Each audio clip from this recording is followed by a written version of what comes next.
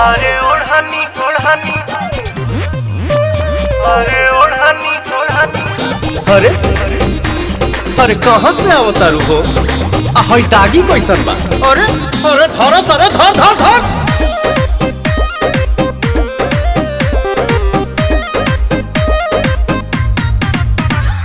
काहे पीछा पड़ल बड़ा हमारे पमरल बड़ा माथा फूकी पिया तारा दूध से काचल बड़ा। क्या हो? ऐसा नहीं है तो केकर जगवलू हा भगिया गोरी, काहा पुतवलू हा अगिया गोरी। तो हरी हरी ओढ़नी तो हर छूटल कवन बगिया ए गोरी।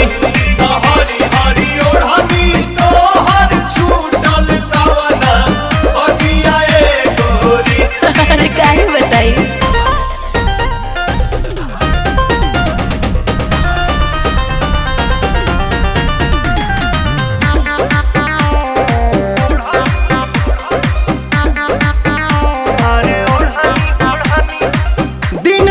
कौन न देखलू कैलेंडर, कैलू बगानी में जवानी सरेंडर। खेले ता टेंडर हो पी के ब्लेंडर। ऐसे तू ना मनवा बात भीतर के का जनवा।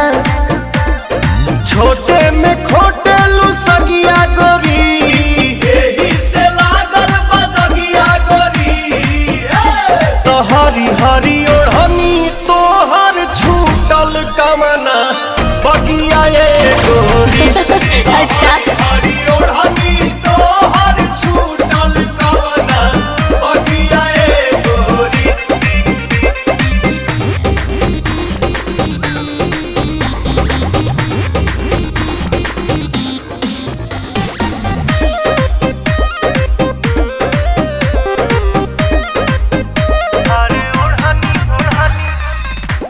प्रियांशु से देखावेलू तुम कर, चलता तो हर पवन में से चक्कर। चलता चक्कर हो पिएलू साकर।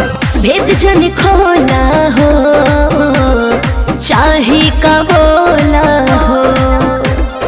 पुअरे के बुझलू पलंगिया गोरी, काटे ले टाइल अलंगिया गोरी। तो हरी हरी ओढ़नी तो हर छूटल कवना बगिया ए गोरी। तो हरी हरी ओढ़नी तो हर छूटल कवना बगिया ए गोरी। बाद में बताऊंगी।